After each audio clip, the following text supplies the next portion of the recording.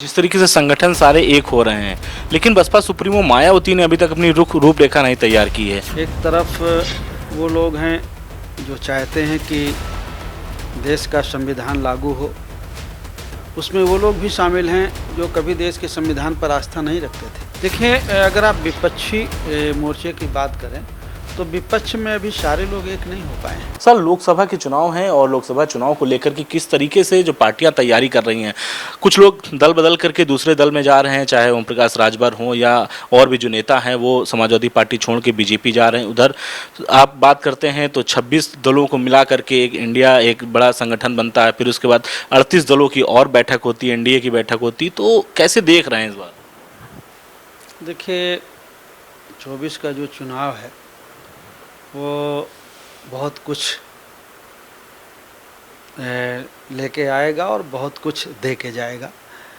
मेरी समझ से जो लोकसभा 24 का चुनाव होने वाला है देश में, एक तरफ वो लोग हैं जो चाहते हैं कि देश का संविधान लागू हो, उसमें वो लोग भी शामिल हैं जो कभी देश के संविधान पर आस्था नहीं रखते थे और कभी बाबा साहब अम्बेडकर का और संविधान बनाने वालों का नाम नहीं लेते थे। आज उन सब लोगों को ये बात समझ में आ रही है कि नहीं, भारत का संविधान है तो हम सुरक्षित हैं या इस देश की आम जनता सुरक्षित है। तो एक तरफ वो लोग ऑर्गेनाइज हो रहे हैं जो भारतीय संविधान पर भरोसा रखते हैं और चाहते हैं कि इस देश के जनता का काम हो।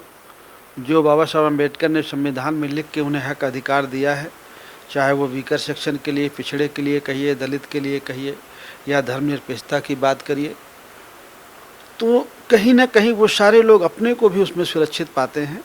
इसलिए कुछ लोग विपक्ष में इकट्ठा हो रहे हैं और कुछ लोग जो पुराने रीति रिवाज को मानने वाले लोग हैं, जिनका पुराने रीति रिवाजों पर भरोसा रहा है, कुछ लोग इस विचारधारा के साथ हैं तो इकट्ठा हो रहे हैं। तो इन्हीं दो विचारधाराओं के साथ लोग इकट्ठा हो रहे हैं और अपनी अपनी तैयारी कर रहे हैं। जिस तरीके से संगठन सारे एक हो रहे हैं, लेकिन बसपा सुप्रीमो मायावती ने अभी तक अपनी रूपरेखा नहीं तैयार की है। अगर देखा जाए तो आज उन्होंने एक प्रेस कॉन्फ्रेंस भी की, उसमें उन्होंने कहा कि मैं किसी भी गठबंधन के साथ नहीं हूँ। देखिए, अगर आप विपक्षी मोर्चे की बात करें तो विपक्ष में अभी सारे लोग एक नहीं हो पाए हैं।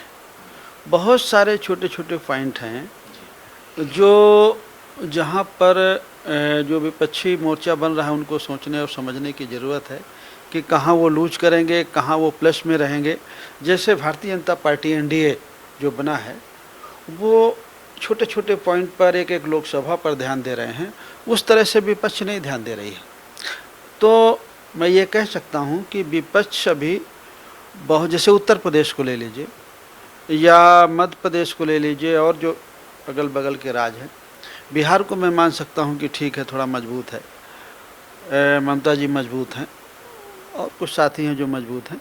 लेकिन बहुत ऐसे राज्यों में बहुत ऐसे लोग हैं जो अभी विपक्ष के साथ नहीं हैं और सत्ता पक्ष के साथ भी नहीं।